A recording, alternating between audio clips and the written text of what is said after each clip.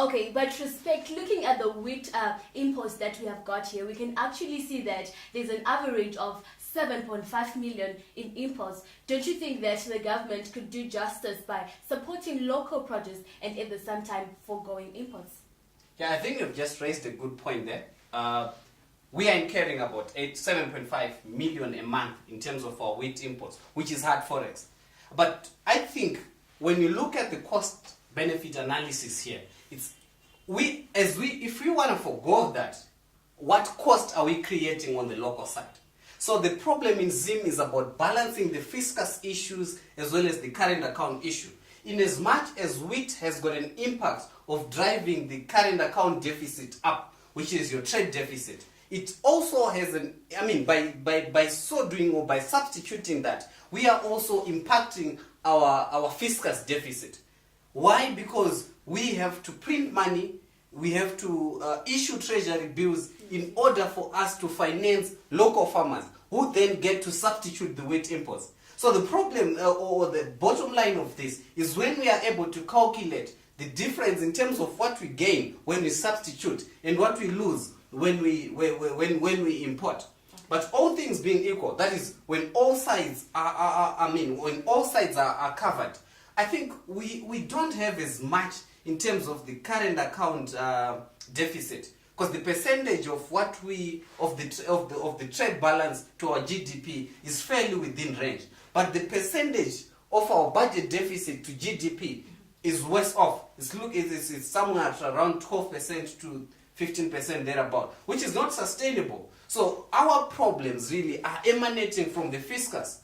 And because we have those challenges, we are growing money supply. And when money supply is running far much higher than the rate at which we are also growing our export money, it means there's a strong variance between the forex and the local money. And there's likely to be a serious inflation. So in as much as we love our farmers, in as much as we love to show that we support local production, we have to be worried about the timing.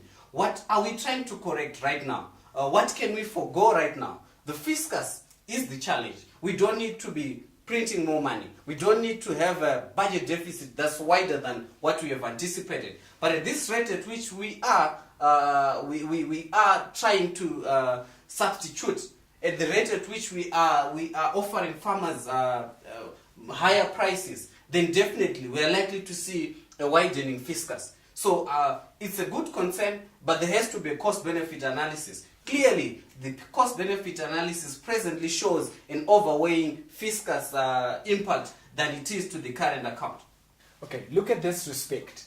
The difference from $500 to $630 is about 26% an increase. Given the inflation that we have seen over the past weeks and perhaps months, is that a real increase in price?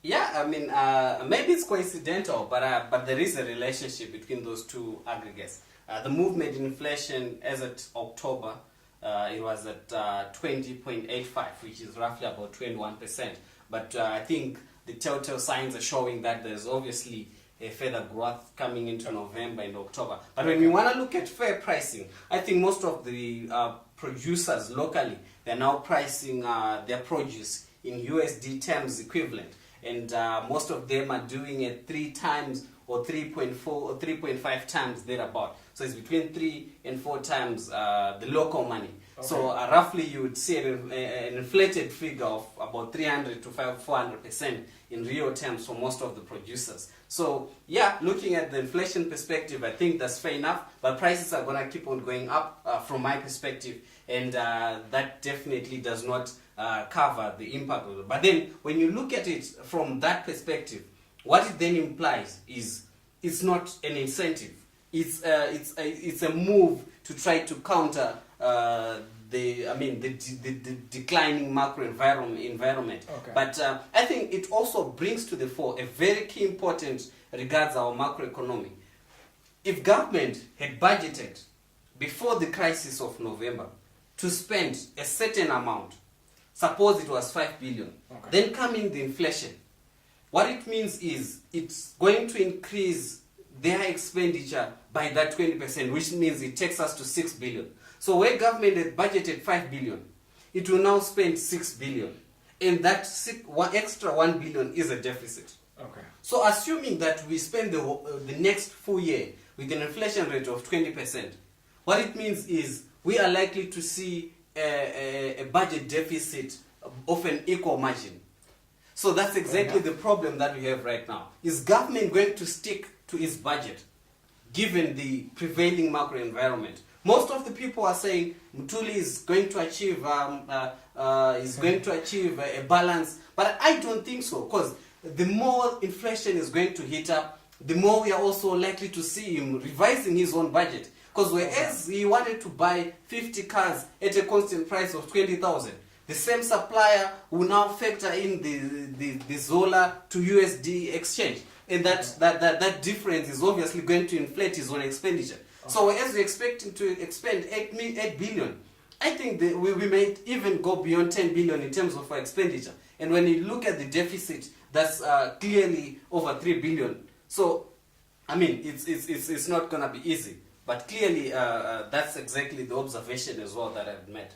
Okay, so looking at this producer price that the government has mentioned of 630, don't you think that probably maybe it's a better alternative to deal with our local producers? Looking at the recent situation that happened with National Foods, don't you think that probably it would be better if we deal with our local farmers than imports?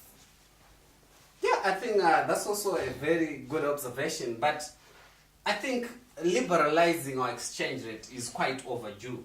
The problems that we are facing emanate from the pressure that producers are putting on government for them to access raw materials from outside. So given an instance where government allows to liberalize the exchange rate, it means it relieves the pressure from themselves.